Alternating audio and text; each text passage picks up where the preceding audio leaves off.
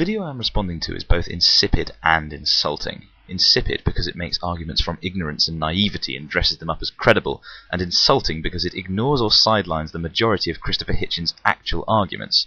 Christopher Hitchens is perhaps my greatest intellectual hero, so I may become slightly vitriolic in his defence.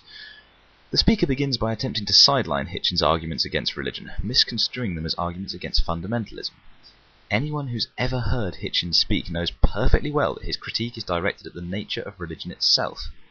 Theists seem unable to reconcile the fact that we find the basic tenets of their belief abhorrent, preferring to assume that it's only the loony extremists we object to. But this is not the case for me, for Hitchens, or for most intellectual atheists. We object to religion. Period. To pretend otherwise is profound intellectual cowardice, as is the device of pretending to agree with one's critics in order to ingratiate oneself with them, as this man does, saying at least twice inside a minute that he agrees with Hitchens, despite demonstrating no understanding of his actual position on anything. The next argument he uses infuriates me beyond measure, not because it is inherently stupid, it's not nearly as dumb as most of the devices he employs, but because it's a critique that has been answered already, time and time again. It consists of an attempt to link the totalitarian regimes of Stalin and Hitler to atheism. Never mind that Nazi soldiers had God with us inscribed on their belt buckles. Never mind that it was precisely the servile character that orthodoxy had engendered in the Russian people that allowed totalitarian communism to work so well. Never mind that the doctrine of dialectical materialism employed by Lenin and Stalin is every bit as religious as Christianity. Even if you ignore the glaring religiosity of both regimes, it is ridiculous to posit a causal link between atheism and mass murder simply because a couple of mass murderers happen to be atheists. It is to confuse correlation with causation, arguably the most basic fallacy in the book.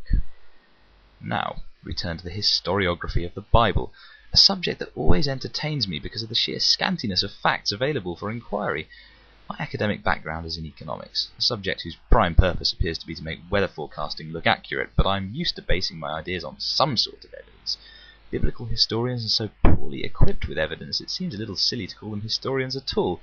Conjecturists might be a better title. If this man wants to claim that Jesus existed, he has every right to, but he neither presents nor alludes to any significant evidence, and so without any significant evidence I can and do reject his claim. But I think you've got the idea by now. So far we've covered 3 non-points. Non-points because they are both utterly spurious and have nothing to do with what Hitchens has to say. You may care to glance at the title of this video and see that it is in itself hugely dishonest, casting it as a response to Hitchens when it is nothing more than a vacuous conversation between two equally deluded and mutually affirming men who have no answer to the points that I, Hitchens, or anyone else of an intellectual integrity makes against them. Come on, people, this is serious crap. Don't stand for it.